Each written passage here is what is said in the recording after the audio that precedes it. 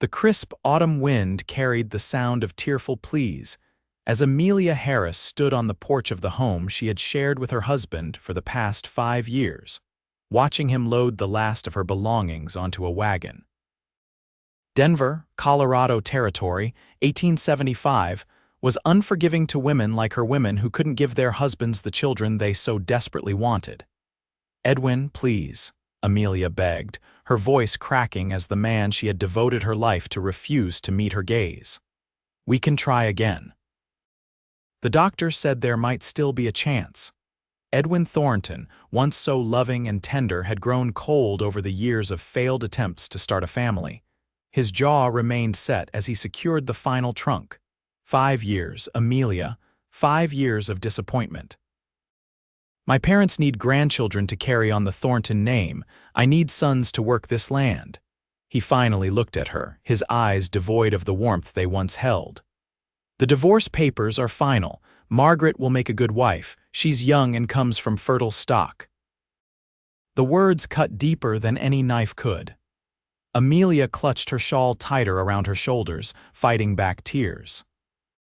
At 30 years old, she was being cast aside like damaged goods, replaced by a woman barely 20 who had already proven her ability to conceive by having a child with her late husband.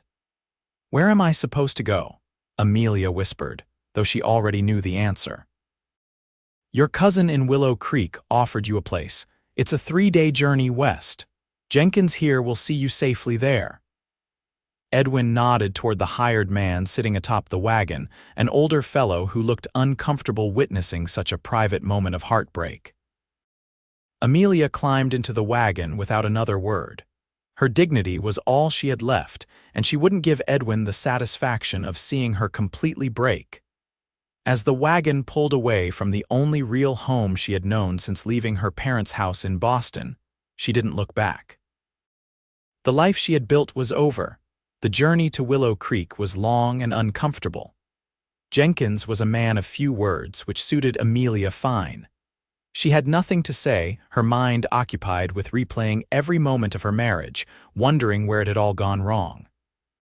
Perhaps it had been doomed from the start, a union built on the expectation of children rather than love. On the 3rd day, as they approached the small mining town nestled in the foothills of the Rockies, disaster struck. A sudden rainstorm had turned the mountain pass treacherous, and despite Jenkins' careful handling, the wagon wheels slipped on the mud.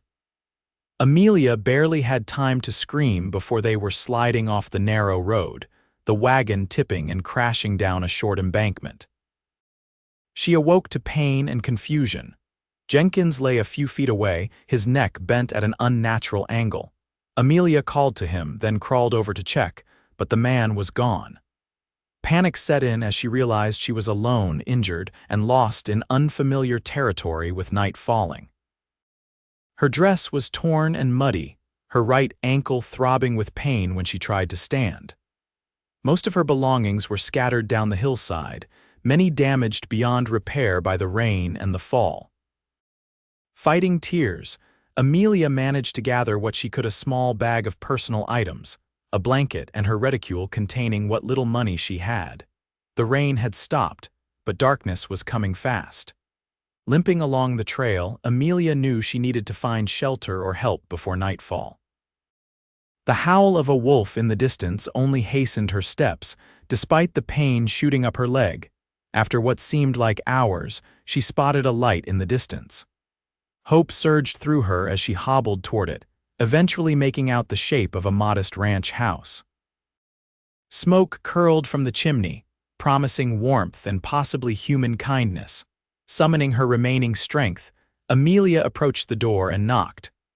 Long moments passed before it swung open, revealing a tall man with broad shoulders, wearing a worn cotton shirt and suspenders. His face was partially obscured by several days' worth of beard, but his eyes, a startling blue even in the dim light, were alert and wary. "Sir," Amelia began, her voice hoarse, "I've had an accident.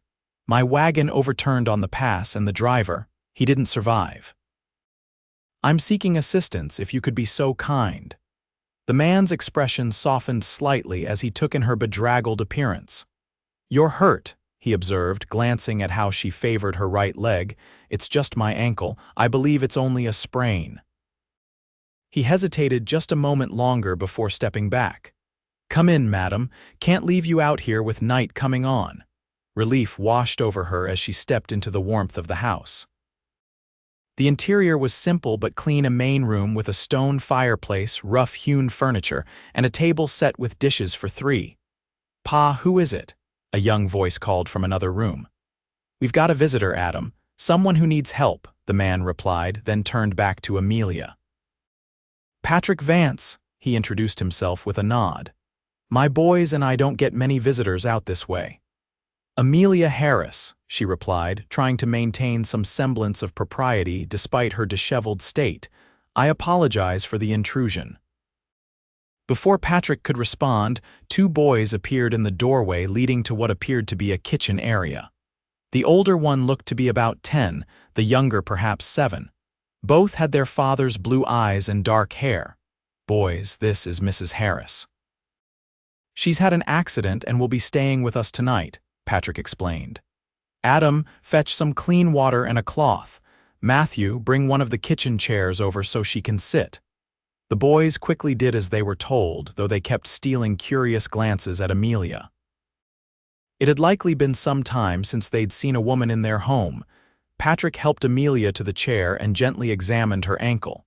His touch was surprisingly gentle for hands so rough and calloused. "Nothing seems broken, but it's swelling. We should bind it," he said. "Adam, get me one of those strips of cloth from the medicine cabinet." As Patrick carefully wrapped her ankle, Amelia became aware of the state of the house.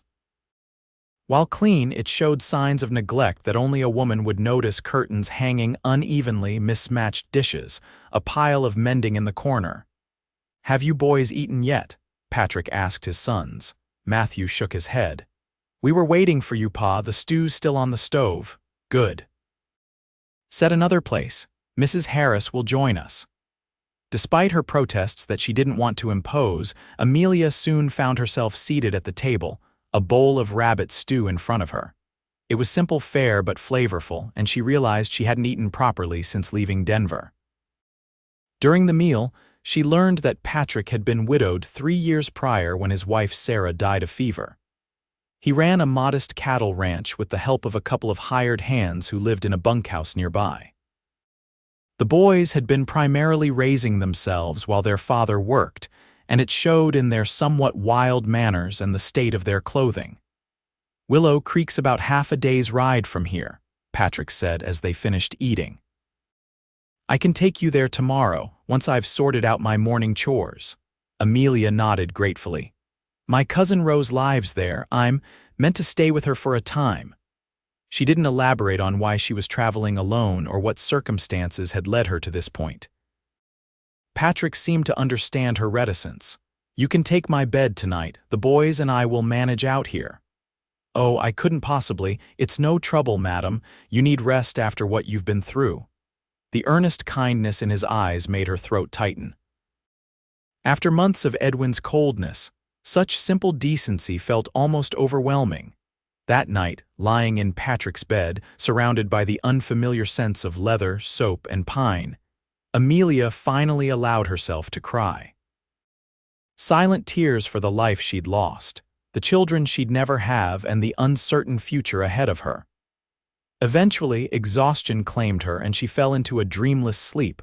Morning came with the sounds of activity voices, the clatter of pans, the crowing of a rooster. For a moment, Amelia was disoriented, but then the events of the previous day came rushing back. She rose carefully, testing her ankle. It was still sore but less swollen. Using a wash basin left for her, she cleaned up as best she could and attempted to make herself presentable in her torn and dirty dress.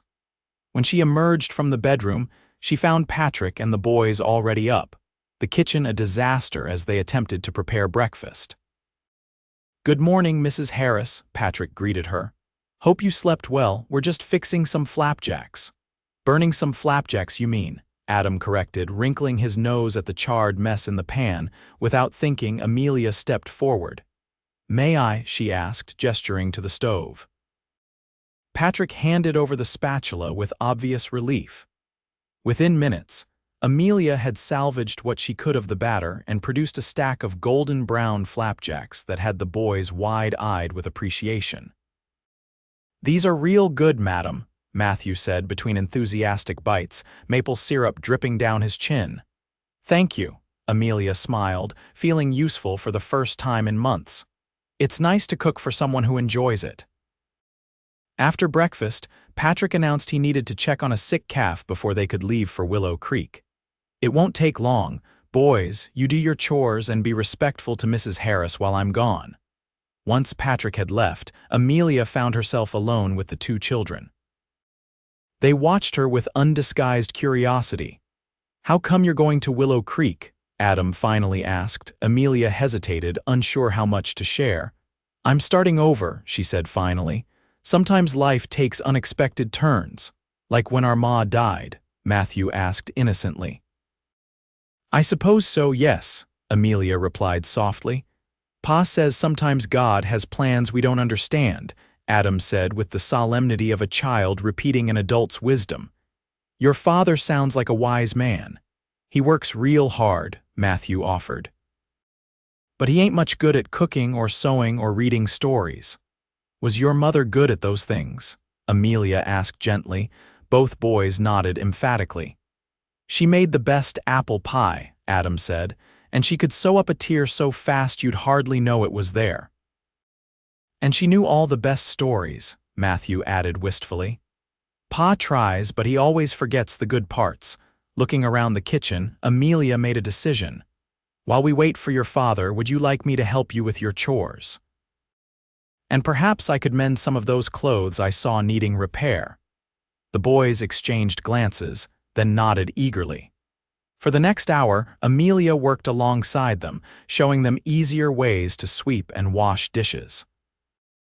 Afterward, she sat by the window with the mending pile, expertly repairing tears and replacing buttons.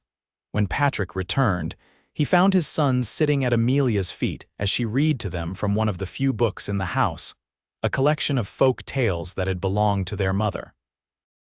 He stood in the doorway, watching silently. Something about the scene before him, his wild boys sitting quietly, enraptured by a story told in Amelia's gentle voice, stirred emotions he'd thought long buried. For a brief moment, his house felt like a home again. "Pa." Matthew spotted him first, jumping up. "Mrs. Harris fixed your blue shirt and showed us how to wash dishes properly and read us the story about the clever fox." Patrick cleared his throat. "That was mighty kind of her." His eyes met Amelia's over his son's head. "Thank you."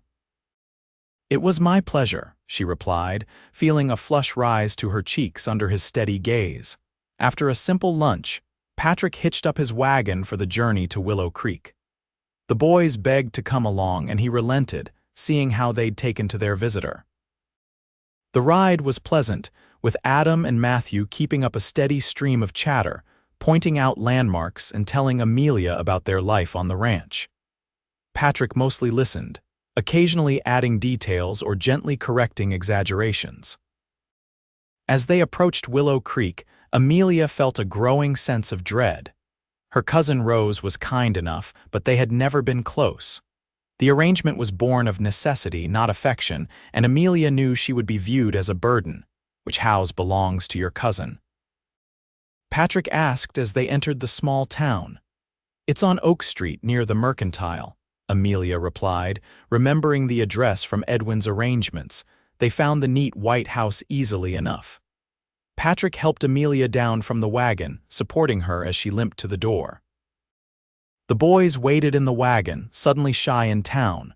Rose answered Amelia's knock, her expression shifting from curiosity to recognition to dismay in quick succession. "Amelia, we expected you yesterday. I was getting worried." "There was an accident on the pass," Amelia explained.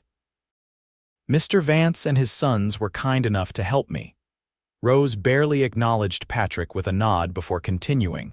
"Well, this is unfortunate timing. My husband's sister arrived from St. Louis just last night. She'll be staying in the room we had prepared for you." Amelia felt the blood drain from her face. "I see. Perhaps in a few weeks once she's gone. A few weeks? Amelia repeated, her voice faint. Rose had the decency to look embarrassed. You could stay at the boarding house in the meantime. I'm sure Mrs. Fleming has rooms available. Patrick, who had remained silent during this exchange, stepped forward. Mrs. Harris, if I may. He lowered his voice so only she could hear. My boys have taken a shine to you and we could use some help around the ranch. If you're willing, I can offer you room and board in exchange for looking after them and the house. Just until you sort out your arrangements. Amelia looked up at him, searching his face for any hint of impropriety, but found only sincere concern. She thought of the lonely ranch house, the motherless boys, and the alternative of a dreary boarding house room paid for with money that would quickly run out. That's very kind, she said cautiously, but what would people think? You'd have your own room with a lock, Patrick assured her. And Mrs. Wilkins from the neighboring ranch comes by twice a week. It would be a respectable arrangement. Rose, overhearing this, looked relieved at the potential solution to her dilemma. That sounds perfectly reasonable, Amelia. Mr. Vance is known as an honorable man in these parts. With few options and even less money, Amelia made her decision. She would go with Patrick and his boys just until she could figure out a more permanent solution. The ride back to the ranch was quieter. The boys, sensing something significant had happened, were subdued. Patrick gave Amelia space with her thoughts, for which she was grateful. Her life had taken yet another unexpected turn, and she needed time to adjust to this new reality. Upon returning to the ranch, Patrick showed Amelia to a small room off the kitchen that had been used for storage. It's not much, he apologized, but we can clean it out, bring in a proper bed. It will be fine, Amelia assured him, already mentally organizing the space. That evening, after the boys were asleep, Patrick and Amelia sat by the fire. The silence between them was surprisingly comfortable. I should explain why I'm here, Amelia finally said. Why I was traveling alone. Patrick shook his head. You don't owe me any explanations, Mrs. Harris. I think I do if I'm to stay under your roof. She took a deep breath. My husband divorced me because I couldn't give him children. 5 years of marriage and not even one pregnancy. The doctors say there's something wrong inside me. The words still hurt to say aloud, but less than she expected. Patrick was quiet for a long moment. My wife gave me 2 wonderful sons before she died, he said finally.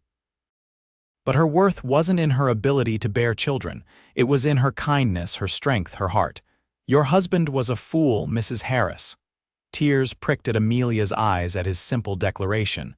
Thank you, she whispered.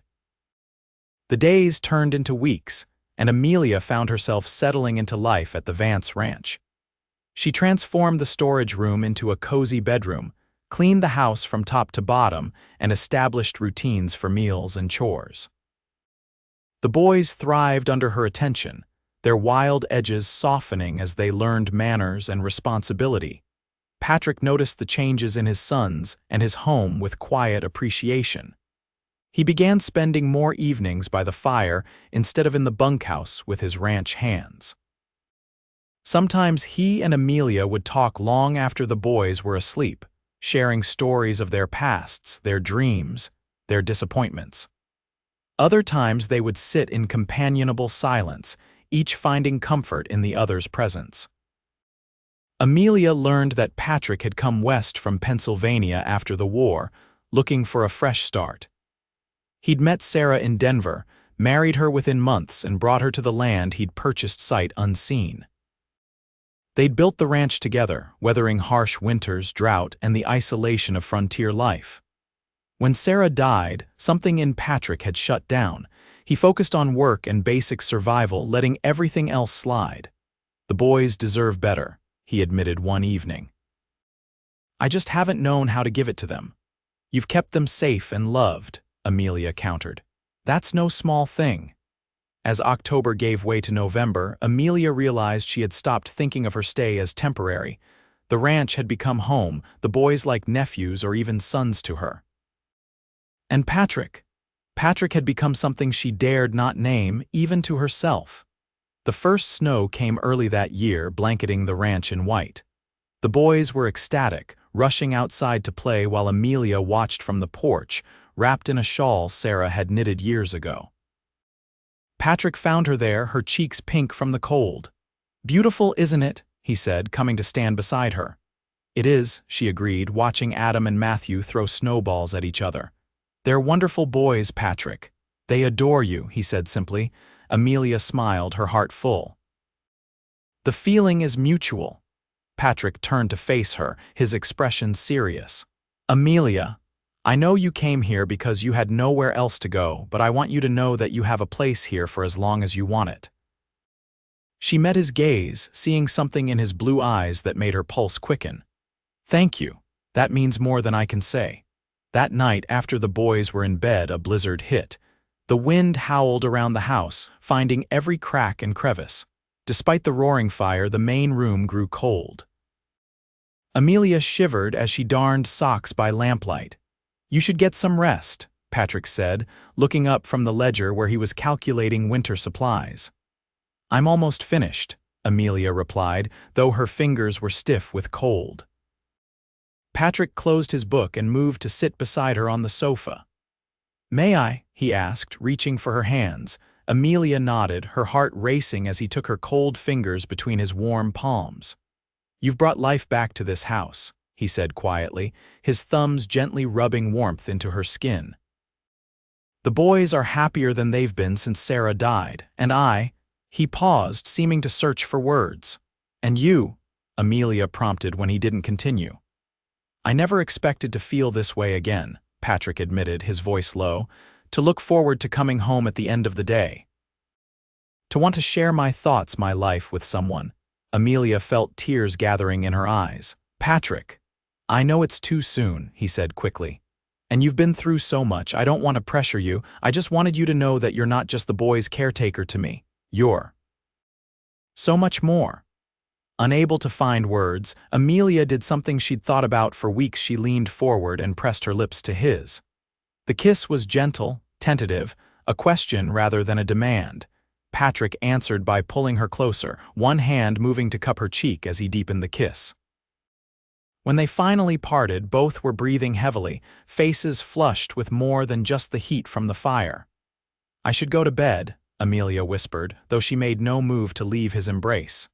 "Yes," Patrick agreed, equally reluctant to end the moment. With a final soft kiss, Amelia stood and retreated to her room, her mind and heart racing with new possibilities. The blizzard lasted 3 days, trapping them in the house. Those days of forced proximity allowed Patrick and Amelia to explore their growing feelings without the distractions of ranch work or town gossip. The boys noticed the change between the adults, exchanging knowing glances when their father let his hand linger on Amelia's shoulder or when she blushed at his compliments. On Christmas Eve, 6 weeks after Amelia had arrived at the ranch, Patrick asked the boys to help him with a special project while Amelia prepared dinner. They disappeared into the barn for hours, returning just before the meal with secretive smiles.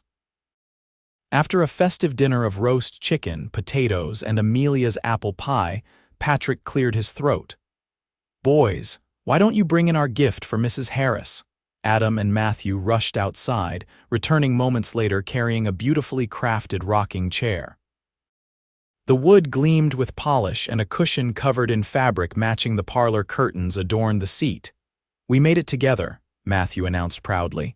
"Potted the wood parts, and I helped sand it, and Adam helped with the cushion." Amelia's hand flew to her mouth. "It's beautiful," she managed, tears threatening to spill. "Every home needs a rocking chair," Patrick said softly, "for reading stories or just watching the sunset, and we wanted you to have something that was truly yours here." "Try it out," Adam urged, pulling her toward the chair. Amelia sat down, running her hands over the smooth armrests. "It's perfect," she whispered. "We have something else for you too," Patrick said, nodding to the boys. Matthew pulled a small package from his pocket and handed it to Amelia. Inside was a simple silver locket. When she opened it, she found a tiny portrait of the three Vance men smiling at the photographer. "So you can keep us close to your heart," Adam explained solemnly. The tears Amelia had been holding back spilled over. "This is the most thoughtful gift I've ever received," she said, voice choked with emotion. Patrick knelt beside the rocking chair, taking her hand in his. "Amelia, these past weeks have shown me what was missing from our lives. The boys need a mother's love and guidance, and I." He paused, swallowing hard. "I need a partner, a friend, a love. If you'll have us, imperfect as we are, I'd be honored to call you my wife." Amelia looked from Patrick's earnest face to the hopeful expressions of Adam and Matthew. These three males who had welcomed her into their home when she had nothing had given her more than shelter. They had given her purpose, joy, and love. "Yes," she whispered, then louder. "Yes, I would be honored to be your wife, Patrick Vance." The boys whooped with excitement as Patrick pulled Amelia to her feet and into an embrace, sealing their promise with a kiss that held all the hope and love of new beginnings. They were married on New Year's Day, 1876, in the small church in Willow Creek. The ranch hands served as Patrick's groomsmen, and Mrs. Wilkins from the neighboring ranch stood up with Amelia. Even Cousin Rose attended, her earlier indifference forgotten in the face of Amelia's evident happiness. Spring came early that year, bringing with it new calves, wildflowers, and a letter from Denver. Amelia recognized Edwin's handwriting and hesitated before opening it. The letter was brief. Edwin's new wife had suffered a miscarriage and was struggling to conceive again. The doctor had suggested that perhaps the issue lay not with Amelia but with Edwin himself. He stopped short of an apology but expressed hope that Amelia had found happiness. She folded the letter and placed it in the fire, watching as the flames consumed Edwin's words.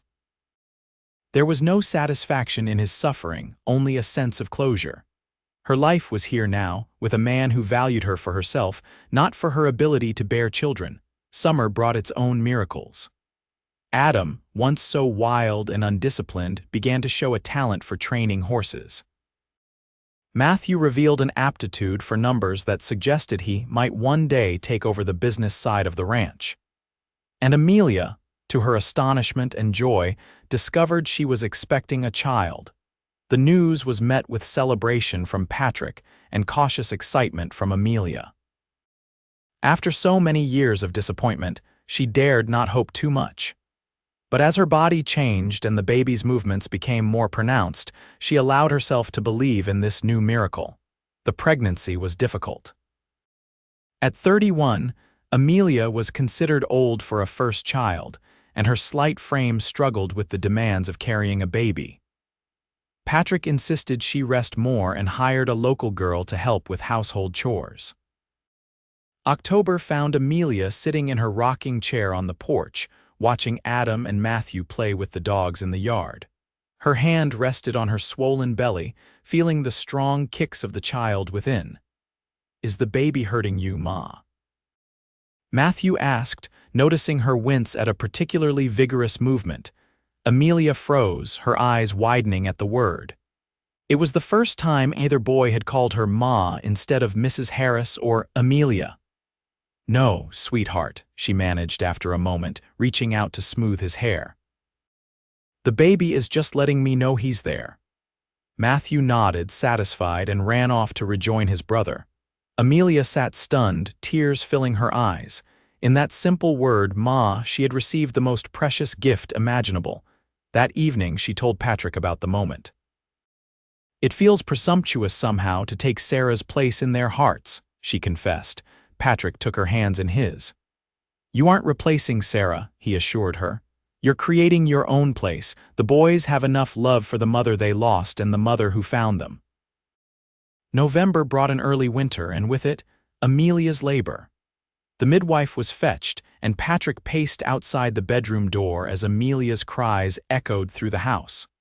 The boys huddled together on the sofa, frightened by the sounds of their beloved Amelia in pain. After 12 long hours, a new cry joined the household, the lusty wail of a newborn girl with a shock of dark hair and her father's blue eyes. "She's perfect," Patrick whispered, cradling his daughter with tears streaming down his face. Clara, Amelia said softly, exhausted but radiant. Clara Sarah Vance. The boys were allowed in to meet their sister, approaching the bed with wide eyes and wonder on their faces. She's so small, Adam marveled, gently touching the baby's tiny hand. But strong, Amelia assured him, like her brothers. Matthew looked from the baby to Amelia, his young face serious. We'll help take care of her, Ma, we promise. I know you will, Amelia said, her heart so full it felt it might burst. That's what families do. As the first snow of winter fell outside the window, Amelia looked at her family, her husband beaming with pride, her sons protective and awestruck, her daughter nursing contentedly at her breast. Just 1 year ago, she had been cast aside, deemed worthless because she couldn't bear children. Now she was surrounded by more love than she had ever imagined possible. Patrick sat on the edge of the bed, wrapping an arm around her shoulders and pressing a kiss to her temple. Happy, Mrs. Vance, he murmured against her hair. More than I ever thought possible, Amelia replied, leaning into his embrace. I never thought I'd be anyone's mother, and now I have 3 children calling me Ma. And they couldn't ask for a better one, Patrick assured her, gazing down at their daughter. Some things are meant to be, even when the path to them is difficult. Amelia nodded, understanding now that her journey, painful as it had been, had led her exactly where she belonged. Not just to a place where she was accepted despite her perceived failings, but to a family who treasured her for exactly who she was. Outside, the snow continued to fall, blanketing the ranch in pristine white, a clean slate for the new year and new life ahead. Inside, warmed by love and the promise of tomorrow, Amelia Vance held her miracle and gave thanks for second chances.